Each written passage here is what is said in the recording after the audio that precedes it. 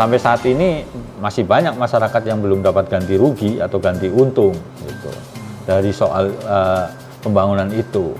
Belum lagi soal pembangunan bendungan misalnya di beberapa daerah begitu, ada yang nolak begitu ya, sepenuhnya nolak, ada yang menerima tapi kemudian minta ganti rugi. Nah, hal-hal seperti itu juga jadi concern Komnas.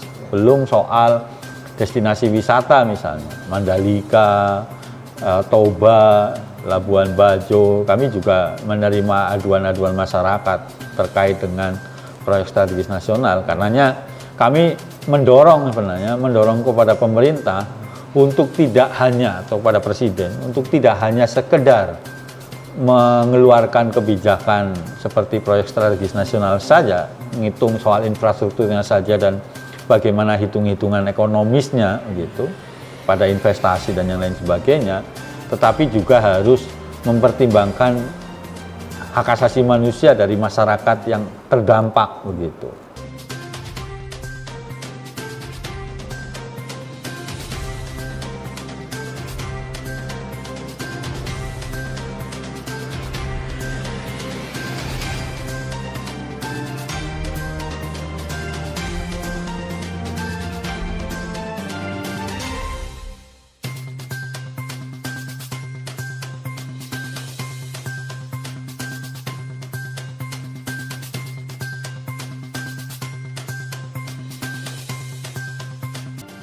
Saya kira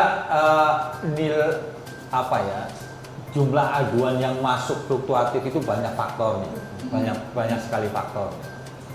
Sebelum pandemi misalnya, Komnas melakukan pengaduan proaktif, gitu ya. Datang untuk ke daerah-daerah yang hotspot lah ya. Ya, kami punya petanya di mana potensi pelanggaran HAM-nya tinggi. Itu kami datang, sosialisasi, kemudian masyarakat datang ke tempat kami misalnya, itu kan ngadu gitu. Nah itu kan jadi ya nambah gitu ya.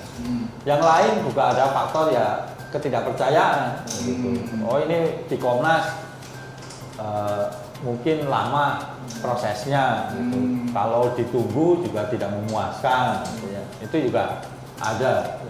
Terus yang ketiga ya ada faktor tidak berani juga gitu. Artinya mereka punya kasus gitu ya, mengalami peristiwa yang kami lihat sebenarnya itu pelanggaran HAM gitu, dugaan pelanggaran HAM, tapi mereka tidak berani gitu, karena ya takut intimidasi, terus kemudian biaya tinggi dan yang lain sebagainya. Ini kan faktor-faktor itu.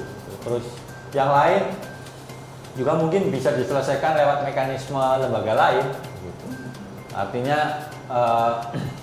mereka didampingi oleh teman-teman NGO, oleh lembaga bantuan hukum, selesai gitu, tanpa harus mengadu ke Komnas. Nah ini kan saya kira penting juga meletakkan faktor-faktor itu sebagai penyebab kenapa kemudian data aduan yang masuk ke Komnas itu fluktuatif.